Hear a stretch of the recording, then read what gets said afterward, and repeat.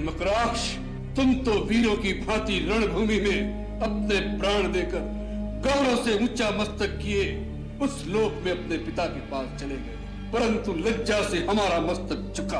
आज हम तुम्हारे पिता के ऋणी हो गए। हम वीर खर को क्या उत्तर देंगे जो अपना पुत्र हमें सौंप गए थे? हम वानरों से उसकी रक्षा न कर सके। ये दाग हम कैसे धोएंगे? ये ऋण हम कैसे चुकाएंगे? आज्ञा दीजिए पिताश्री, राम और लक्ष्मण के रक्त से ये दाग मैं आज ही धो सकता हूँ। आपका ये ऋण मैं चुकाऊंगा। नहीं मेघनाद, ये ऋण हमारा है और इसे हम ही चुकाएंगे, अन्यथा हम हमारे भाई खर को क्या मुंह दिखाएंगे? जब हमारा पुत्र प्रहस्त मारा गया तब हमें शोक अवश्य हुआ था, परंतु उसके मृत्यु से हम लज्जित नहीं हुए थे, क्योंकि वो हमारा पुत्र था, हमारा धन था, हमने लुटा दिया।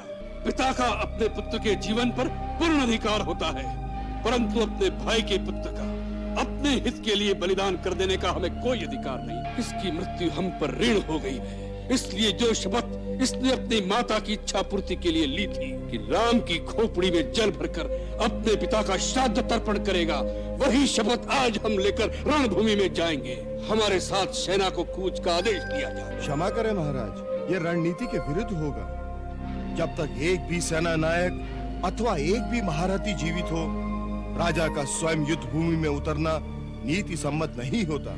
एक तो उससे राजा की शक्तिहीनता का आभास होता है, दूसरे सेनापति अथवा महारथी की मृत्यु से राजा पराजित नहीं होता। परंतु यदि राजा को कुछ हो जाए तो सारे देश की पराजय उसी क्षण ही हो जाती है। सेनापति कंपन, तुम केवल सिंहासन की शोभा बढ़ाने वाले किसी राजा से बात नहीं कर रहे, तुम महारथियों के महारथी, तीनों लोगों के विजेता, परम शूरवीर रावण से बात कर रहे हो।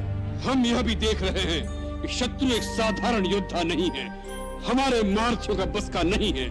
वह इसी प्रकार हमारे महारथियों का एक एक दो करके अंत करता रहेगा तो हमारी सेना का मनोबल दिन प्रतिदिन क्षीण होता जाएगा और उसका यश और मनोबल उसी प्रकार भड़क उठेगा जिस प्रकार यज्ञ में घृत की आहुति पड़ने से अग्नि की ज्वाला भड़क उठती है। इससे पहले कि वह ज्वाला उसकी यज्ञशाला से फैलकर हमारे सारे देश को भस्म कर दे, हम आज ही उसकी यज्ञशाला को विध्वंस कर देंगे।